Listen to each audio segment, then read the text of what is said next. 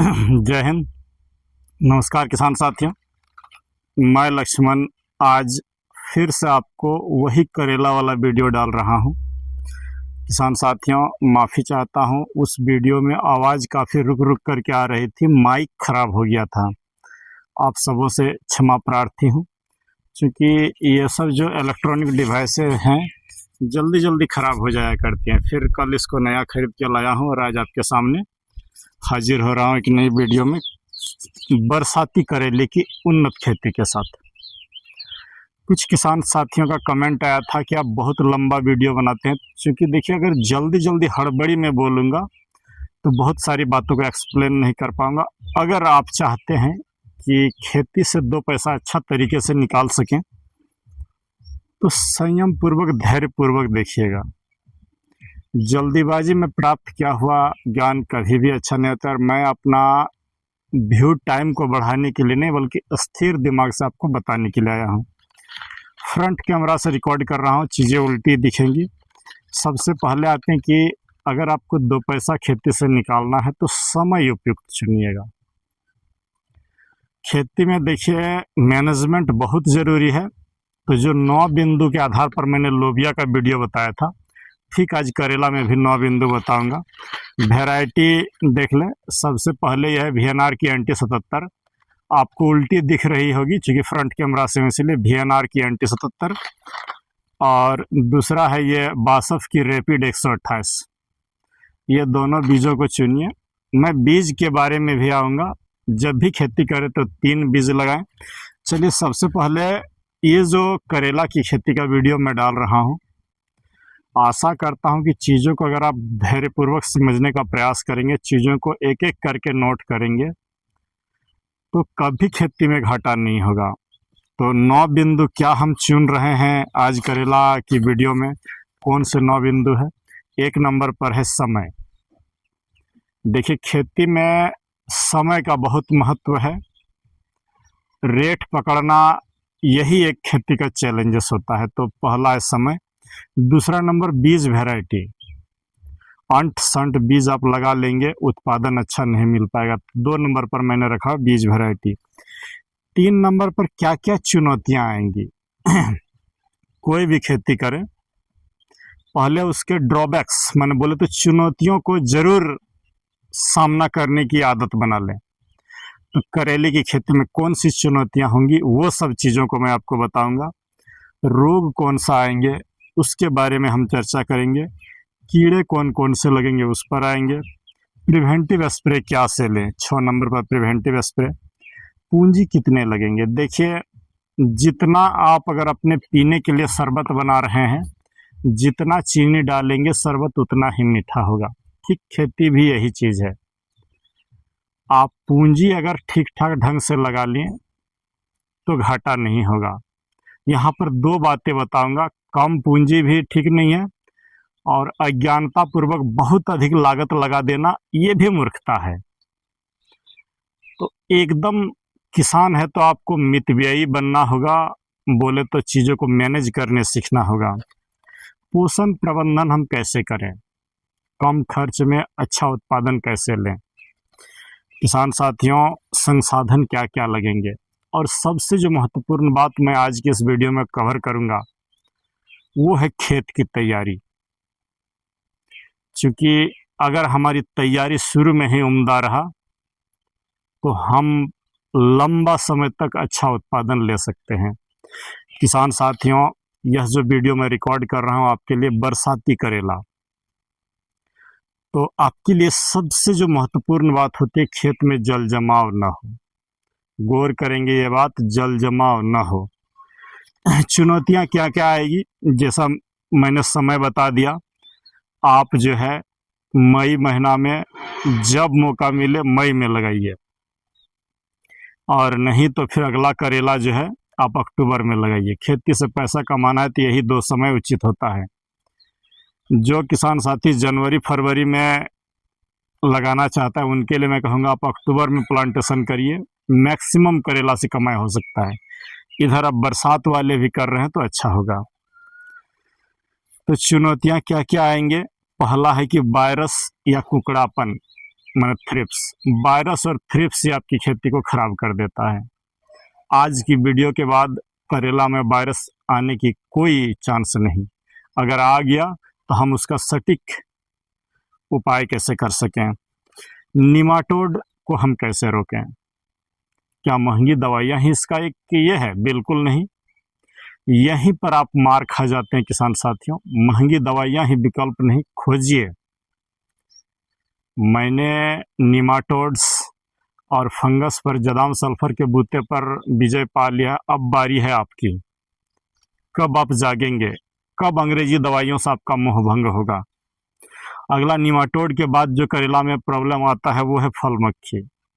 हमेशा डंक मार देता है, फल पीले हो जाते हैं, तो फल मक्खी का भी सटीक उपाय होगा। पत्तों का पीला हो जाना, ये जो करेला की खेती में ये जो आप देख रहे हैं, ये पत्ते इस तरीके से पीले हो जाते हैं, तो पत्तों का पीला हो जाना भी मैं इसमें कवर करूंगा। फल का टेढ़ा हो जाना, सफ़ेद मक्खी। किसान साथियों, वैरायटी की जब मैंने बात किया तो आप लोगों में से बहुत सारे किसान साथी बोलते हैं कि ये छोटू करेला हमारे यहाँ चलता है, बड़े वाले नहीं चलता है। मैं मना करूंगा, चलेगा, सब चलेगा, थोड़ा सा गौर करिएगा। जब 10 रुपया किलो हो तो लोग बड़े वाले नहीं लेने खोजेंगे, लेकिन जब 80 और 100 रुपया किलो होगा तो कोई नहीं छांटता है कि छोटा है या बड़ा है। एक दूसरी बात, ये करेला आप 50 करेला तोड़ेंगे और एंटी 77 का ज़्यादा से ज़्यादा 5 करेला तोड़िए। मैंने इसका 5 या 10 करेला, एंटी 77 का 1 करेला, वजन, सुंदरता, साइज सब में ये आपको अच्छा होगा। तो मैक्सिमम उत्पादन लेना हो तो देखिए, कभी भी ये नहीं कहिए कि मेरे यहाँ ये छोटू वाला ही चलता है। मैं कहूँगा खेती में बीज का बहुत महत्व है। जब आपको छोटा ही तोड़ना है तो क्यों इसको पहले ही तोड़ देंगे हम, थोड़ा छोटे में, पतला में, आराम से बिक जाएगा जब सस्ता रहेगा तो। और महंगा रहेगा तो एक बार मोटा करके बेच दीजिए, मैक्सिमम इनपुट निकल जाएगा। तो बीज जब भी चुनिएगा VNR की एंटी 77, और नहीं तो VNR का 211 एक आ रही है। बहुत सारी वेराइटियाँ VNR का, लेकिन मैं इसी को चुनता हूँ कमर्शियल वालों के लिए, कुछ वजह है। और अधिक उत्पादन आपको चाहिए तो आप BSF का ये रैपिड चुन सकते हैं। उल्टा दिखेगा फिर भी गौर कर ले, RAPID, रैपिड 128 रैपिड लेंगे, बहुत अच्छा होगा। खेती में बीज के चयन के बारे में अगर मैं बात करूं, देखिए यहीं से खेती की उन्नति की शुरुआत होती है। कभी भी एक बीज पर दांव नहीं खेलिएगा।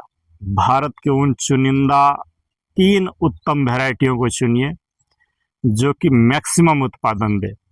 तो मैं 3 वैरायटी किनको चुनने बोल रहा हूँ, 1/3 भाग पर एंटी 77, 1/3 भाग पर रैपिड, और बाकी 1/3 हिस्सा पर 1 एकड़ अगर आप लगा रहे हैं, जितना 10 डिसमिल भी लगा रहे हैं तो 3 डिसमिल में ईस्ट वेस्ट का प्रगति या पाली या तो ओंकार सीड्स का प्रताप आप लगा लेंगे। मैंने 3 बीजों को चुनिए, कभी धोखा नहीं होगा। दूसरी एक बात और बता देता हूँ, नया बीज चुनने से पहले आप अगर पुराने किसान हैं, जिस बीज से आपको अच्छा उत्पादन मिले उसको लगाइए, हम जैसे लोगों के कहे अनुसार नहीं। आप उन्हीं बीज पर भरोसा करिए जो आपके लिए खरा उतरता है। नया बीज थोड़े से पहले ट्रायल कर लें कि आपके इलाका में वो बीज सूटेबल है या नहीं, और फिर पूरे इलाका में करें। तो ये हो गया हमारा बीज। दूसरी अगर हम बात करें किसान साथियों कि बीज के बाद जो है हमारा ये है, ये वायरस, निमाटोड पहले बात करते हैं, वायरस बाद में बात करते हैं। किसान साथियों, खेत की अगर उम्दा तैयारी हो, खेत की तैयारी भी इसमें एक टॉपिक है 9 बिंदुओं में से, तो तैयारी के समय हम निमाटोड को सम्यक रूप से कंट्रोल कर ले, कभी खेती घाटे का नहीं होगा। तो खेत की तैयारी करते समय आप गोबर की खाद एकदम थाले पर या नालियों पर दे, बेड बनाते समय बीच बेड पर गोबर की खाद दें। 100 किलो 10-26-26 लें। रीजेंट अल्ट्रा GR जो दानेदार जहर आती है वो 6 किलो दें, और एक कोई भी खल्ली जो आपको मिल पाए, नीम, महुआ या करंज, अगर तीनों मिलता है तो तीनों मिला करके दें, लेकिन कॉस्ट अधिक ना बढ़ाएं। महुआ सस्ता मिलता है तो महुआ लेंगे, जो आपके इलाका में सस्ता मिलता है। निमाटोड इसको रोकने का देखिए मैं 3 मोड पर काम कर रहा हूँ। पहला रीजेंट अल्ट्रा GR जहर देंगे, अगर कोई जानबूझ के खाने आए तो मरेगा। दूसरा जो मैं यहाँ पर कर रहा हूँ, मैं खल्ली दे के रख रहा हूँ। खल्ली निमाटोड का भोजन है। मैं उन्हें दे रहा हूँ खल्ली कि आप खा के उधर ही मस्त रहो, मेरे पौधे की ओर मत आओ। तीसरा देखिए निमाटोड का जो रामबाण उपाय है वो है जदाम सल्फर। जब गोबर ये बेड पर आप लगा दें, खाद दे दें, रीजेंट अल्ट्रा GR दे दें, तो 1 एकड़ में 10 लीटर जदाम सल्फर को मैंने 2 ml प्रति लीटर के हिसाब से घोल लें और 10 लीटर बोले तो पूरे एकड़ में ड्रिप के माध्यम से चला दें, मैनुअल दे दे, गोबर के ऊपर आप गोबर को भिगो दे जदाम सल्फर वाला पानी से। ये 3 काम अगर आप कर ले रहे हैं तो थ्रिप्स लगभग 60% कम आएंगे, निमाटोड्स 0 आएंगे, फंगस लगभग 90% कम आएगा, अंग्रेजी दवाइयों का खर्च आपका घट जाएगा। थ्रिप्स, निमाटोड, वायरस सबको हम यहीं से कंट्रोल कर लेंगे। तो तैयारी उम्दा रखिए, बेड बनाते समय इन खादों को दीजिए, मिला करके अच्छी तरीके से देंगे, देखिए कभी खेती घाटा का नहीं होगा। हाँ, बहुत ज़्यादा अब मैं ये नहीं देने बोलूँगा कि ये वो डाल दीजिए, क्योंकि मेरा फोकस दूसरे तरफ रहता है। मैं थोड़ा सा बेसिक पोषक तत्व तो गोबर के साथ डलवा देता हूँ ताकि हमें उत्पादन अच्छा से मिल जाए। जब भी किसान साथियों, अगर आप ऐसा कर ले रहे हैं, पहले मेरी बात को सुन ले कि गोबर के साथ खाद, जहर, खल्ली, जदाम सल्फर सब दे रहे हैं, तो हम थ्रिप्स, वायरस, फंगस सब को रोक सकेंगे। आप ऐसा नहीं करते, आप सोचते कि हम अंग्रेजी दवाओं की बदौलत कंट्रोल करेंगे, यही आपकी गलती है। एक तो महंगे, खर्च अधिक। निमाटोड अगर दिख जाए तो हर 5वें-6ठे दिन पर आप 3 से 4 बार जदाम सल्फर और फिप्रोनिल का ड्रेंचिंग करें, स्प्रे भी दें। जड़ में अगर 2 ml प्रति लीटर के हिसाब से जदाम सल्फर और 1 से 1.5 ml फिप्रोनिल दे करके अगर आप ड्रेंचिंग कर रहे हैं तो ज़रूर रुक जाएगा आपका निमाटोड। लेकिन अगर आप सोचते हैं कि हम वेलम प्राइम दे करके रोकेंगे, बहुत सारी पैसा लग जाएगा और हर 8 दिन पर देना होगा। लेकिन अगर आपको निमाटोड से विजय पाना है, चाहे नींबू हो, अमरूद हो, कटहल हो या बैगन हो, करेला, खीरा जो भी हो, तो जड़ में जदाम सल्फर दीजिए। देखिए खुद से बनाइएगा। खेती में तभी मज़ा आता है जब हम लागत को रोक के रख सकें। तो हर सप्ताह वेलम प्राइम देना चाहते हैं दीजिए, लेकिन मैं कहूँगा उससे बेहतर रिजल्ट होगा अगर आप खुद बनाएंगे जदाम सल्फर। तो एक जो और विकराल समस्या है किसान साथियों कि हमारी खेत में जो है वायरस आ जाता है, करेला, मिर्ची, बैगन, तो आप रोक नहीं पाते हैं। आज के बाद वायरस आपको जीवन में कभी तंग नहीं करेगा। अगर आप मेरी इन बातों को गौर से सुन लेंगे, वायरस आज के बाद आपको तंग नहीं कर पाएगा। क्या क्या हथियार होना चाहिए वायरस से लड़ने के लिए वो सुन लें। हाँ, कोई तय शेड्यूल नहीं, जितना सामान बोल रहा हूँ सुबह शाम जब मन करे तब दें। मैंने एक ही चीज़ को दोहराए नहीं, इतना चीज़ बता रहा हूँ, अगर आप दे रहे हैं तो उत्पादन भी अच्छा मिलेगा। अब वायरस बस जान लीजिए उन्हीं का आता है जो रस चूसक कीड़े को नियंत्रण नहीं कर पाता है। तो वायरस को रोकने का एकमात्र जो उपाय है, पहले अपने खेत से 0 करना होगा सफ़ेद मक्खी, थ्रिप्स, एफिड एसिड को।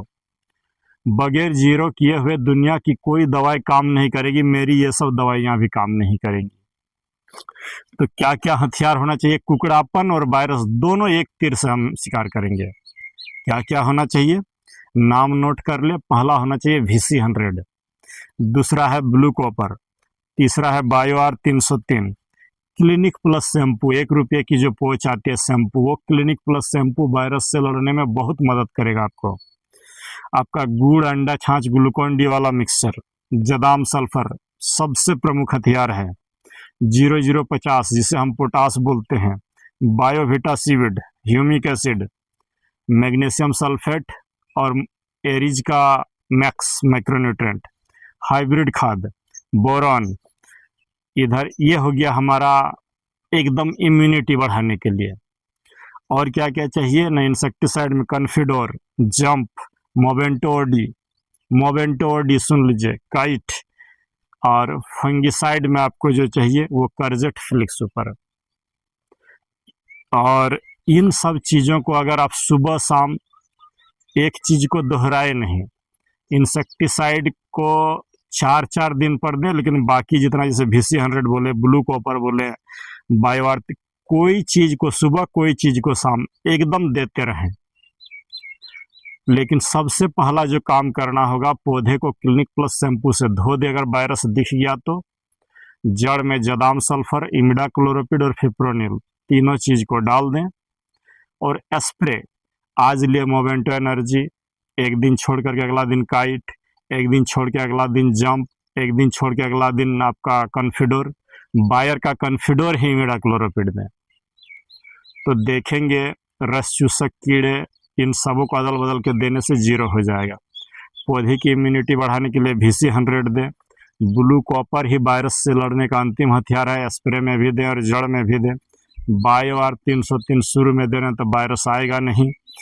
आपका गुड़ अंडा छाछ बेहतर इम्यूनिटी, बेहतर ताकत के लिए ग्लूकोन डी अगर आप दे रहे हैं तो पौधे में रोग से लड़ने की क्षमता बढ़ जाएगी।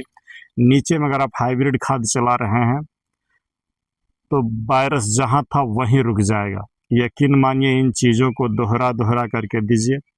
अगर कुकड़ापन आपको दिख गया कि वायरस नहीं है, सिर्फ कुकड़ रहा है पत्ते, तो आप क्या करें, सबसे पहले बायर का नेटिव होले 10 ग्राम, मोवेंटो OD 22 ml, एंट्राक्वल 40 ग्राम, जंप 4 ग्राम, 15 लीटर में इन चीज़ों को मिला करके एक स्प्रे दे दें। 5 दिन बाद आप बोनस, जंप और सोलोमन इनको मिला करके स्प्रे दे दें। 5 दिन के बाद ओबेरॉन और कॉन्फिडोर मिला करके स्प्रे दे दें। कैसी भी थ्रिप्स हो, व्हाइट फ्लाई हो, सब खत्म होगा। लेकिन आप खेत को साफ सफाई रखें, जड़ों में जदाम सल्फर, फिप्रोनिल, इमिडाक्लोरोपिड दें, 90% दवाइयाँ कम लगेगी। ये तो हो गया हमारा ये वायरस से लड़ने का। किसान साथियों, करेला की खेती अगर आप कर रहे हैं तो पत्तों का पीला होना बहुत आम बात है। तो देखिए, ये पत्ते जो पीला होता है 2-3 कारणों से होता है। मैं ये कुछ पेजें लाया हूँ आपके लिए, सबको नोट करके। 2-3 कारणों से पीला होता है। पहला कारण है फंगस के कारण पीला होगा। माने बोले तो लेट ब्लाइट आ सकता है, अर्ली ब्लाइट आ सकता है, और भी अनेक तरह का फंगस है, डाउनी मिल्ड्यू है, इन सबों के कारण पीला हो सकता है। माइक्रोन्यूट्रिएंट की कमी से भी पीला होगा। निमाटोड के कारण भी पत्ते पीला होते हैं। आप ऊपर स्प्रे कर रहे हैं, नीचे जड़ में निमाटोड लग गया है, तो कारण को खोजिए और सटीक उपाय दीजिए। लेकिन इन सबों में जो करेला की खेती में मुझे समझ में आया कि हर 8 दिन पर, गांठ बांध ले एक बात को, हर 8 दिन पर अगर जदाम सल्फर आप नीचे दे रहे हैं और स्प्रे भी ले रहे हैं फिप्रोनिल के साथ, कोई समस्या नहीं, कोई जहर ज़्यादा नहीं लगेंगे। तो आपका माइक्रोन्यूट्रिएंट की कमी के कारण है तो मैग्नीशियम और एरिज का एग्रोमिन मैक्स, इनका स्प्रे लीजिए। अगर फंगस के कारण है तो मेरीवॉन और कोई एक बायो स्टिमुलेंट, बायोविटा वगैरह मिला करके दे दीजिए, नो वायरस दे दीजिए, और उसके साथ एग्रोमिन मैक्स। देखेंगे पीला नहीं होगा। फंगस के कारण आ रहा है तो मेरीवॉन देना ज़रूरी है, तभी पीलापन रुकता है। 2-3 स्प्रे भी बता दूंगा। आप कोई भी बेल वर्गीय खेती किए हैं तो ये 5-6 स्प्रे को अगर आप शेड्यूल से लेंगे तो खेती कभी खराब नहीं होगा।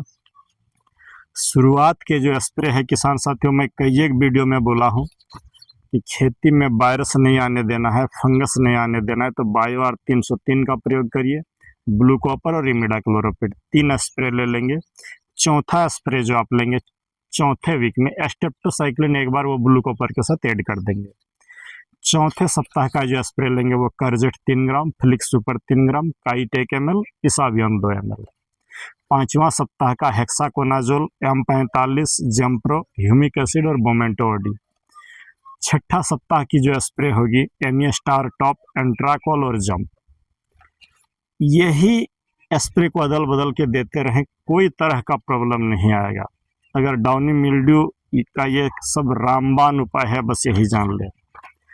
अगर फूल आने से पहले डाउनी मिल्ड्यू आ गया है तो आप ब्लू कॉपर और सल्फर का स्प्रे दे दीजिए, 100% डाउनी मिल्ड्यू वहीं रुक जाएगा। लेकिन फूल आने के बाद ब्लू कॉपर आप नहीं देंगे। किसान साथियों, करेले की खेती में पोषण प्रबंधन बहुत ज़रूरी है। तो पोषण अगर आप उचित ढंग से दे रहे हैं तभी मैक्सिमम उत्पादन लिया जा सकता है। हर्बिसाइड लगाने की मैं बात कतई नहीं करूंगा। चलिए पहले पोषण प्रबंधन बता लेते हैं। हर 10 दिन पर हाइब्रिड खाद आपको देना होगा। अगर एनपीके जो वाटर सोल्यूबल फर्टिलाइज़र है उनके खर्च को रोकना है तो उसका बस एक ही मात्र तोड़ है, हाइब्रिड खाद। चैनल पर वीडियो है, खोजिएगा, देखिएगा। 10-10 दिन पर अंडा छाछ गुड़ ग्लूकोन डी का स्प्रे लीजिए। जड़ में जाना चाहिए 10 दिन पर हाइब्रिड खाद और 10 दिन में गुड़ अंडा छाछ ग्लूकोन डी का स्प्रे। बाकी बाजार की चीज़ों को भूल जाइए, कोई खर्च नहीं, अच्छा होगा। जीवामृत महीने में एक बार, जब भी जदाम सल्फर आप चलाएं उसके 4-5 दिन बाद जीवामृत एक बार ज़रूर चलाएं। मिट्टी में जीवाणुएं रहेंगी तभी अच्छा हो पाएगा। तो पूरे खेती को इन 4 चीज़ों के आधार पर घुमाइए। हाइब्रिड खाद, अंडा छाछ गुड़ ग्लूकोन डी, जीवामृत और जदाम सल्फर, यही 4 पर घुमाइए। खर्च कम, मैक्सिमम उत्पादन।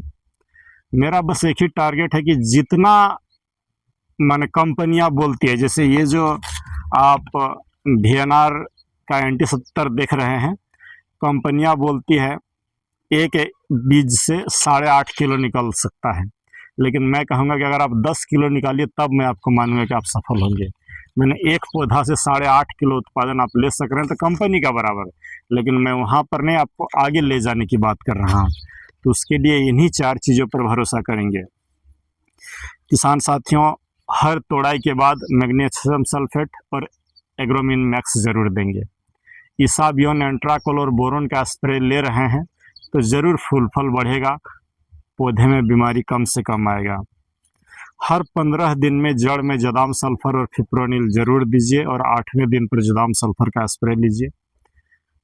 पोषण भी मिलेगा, बीमारियां भी दूर, मकड़ी, थ्रिप्स, व्हाइट फ्लाई सब खत्म।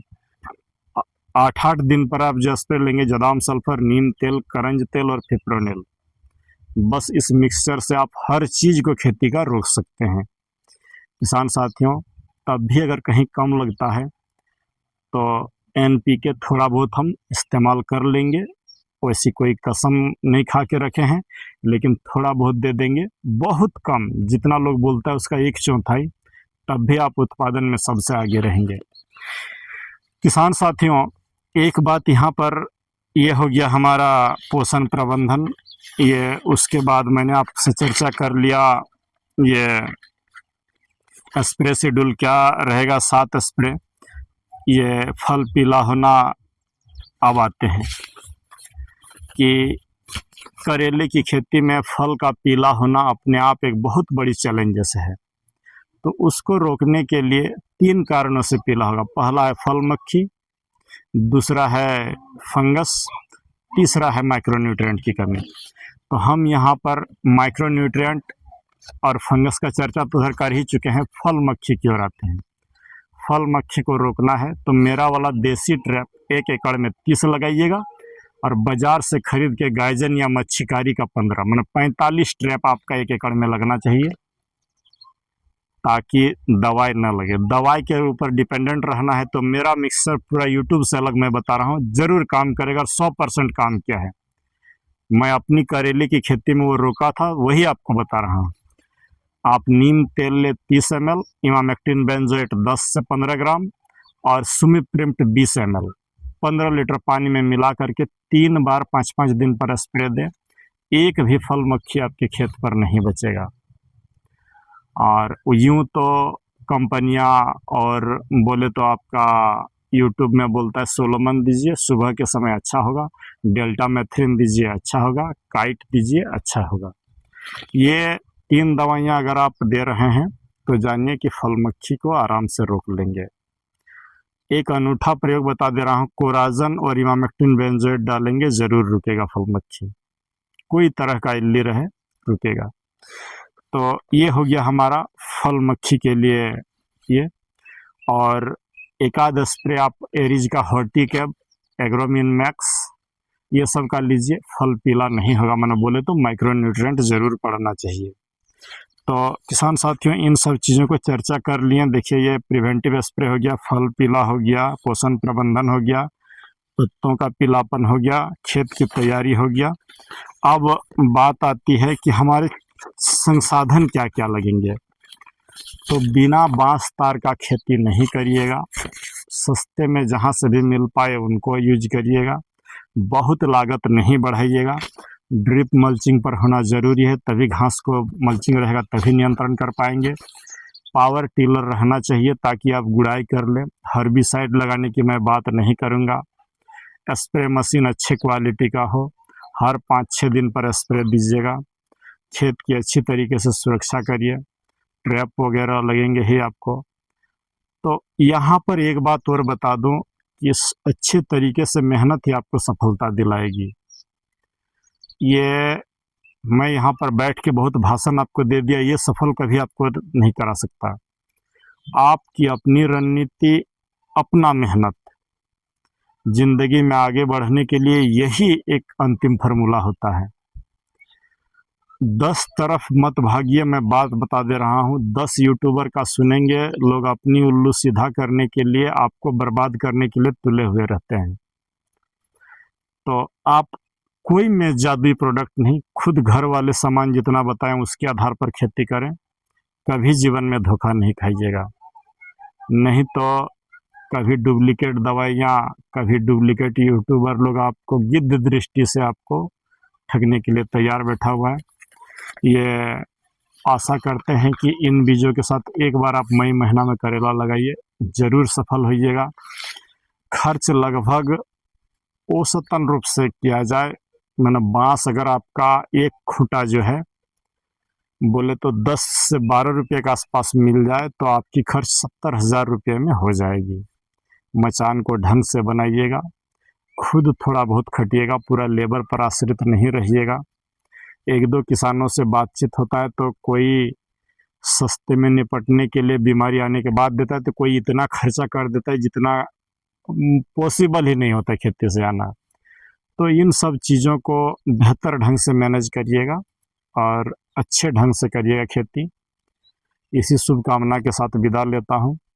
अभी आपको जगा रहा हूँ, देखिए मई महीना में अंत में बस यही बोल दे रहा हूँ, जो आपके लिए सूटेबल हो।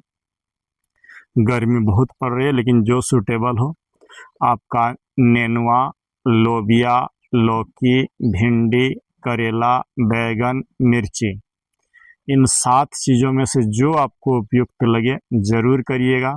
बहुत पैसा निकलता है, देखें लौकी में और लोबिया में मई महीना में अगर आप लगा रहे हैं।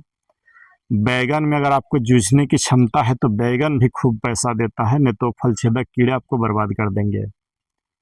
ये करेली में भी निकल सकता है, अगर आप 1 रुपया लगा रहे हैं तो 10 रुपया निकलेगा। मैं लाखों कमाने की बात नहीं करूँगा। खेती एक ऐसी चीज़ है जिसमें पूंजी तो बड़ी आराम से घुस जाएगा, लेकिन निकाल पाना अपने आप में एक चुनौती है।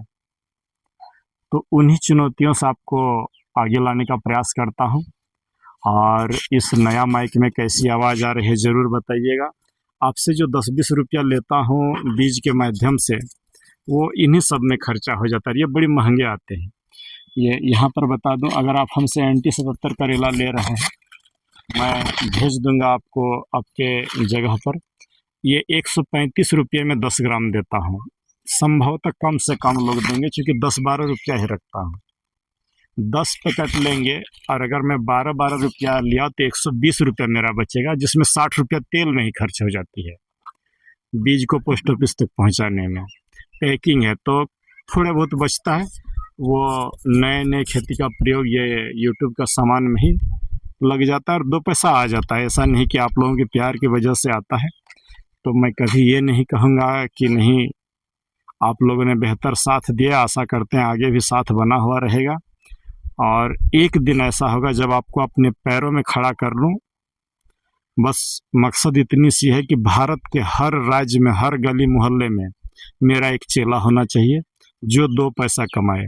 यहाँ पर एक बहुत ही दिलचस्प बात बता दूँ, जीवन के बहुत सारे पहलुओं को देखा हूँ, बहुत सारी चीज़ों को ये किया हूँ, तो आपको मैं तब सफल मानूंगा जब मुझ में बुराई आपको दिखने लगेगा। उसी दिन आप सफल हो जाइएगा। और ज़िंदगी बस इतनी सी मकसद है, जब मैं खराब लगने लगूँ तो मैं समझ जाऊँगा कि आप सफल हो चुके हैं, दवाइयाँ और खाद सीख गए हैं। तो इतना सही टारगेट लेकर के चला हूँ कि 10 परिवारों को ज़रूर सक्षम बनाऊँगा। मिलते हैं किसी दूसरे वीडियो पर। जय हिंद, नमस्कार।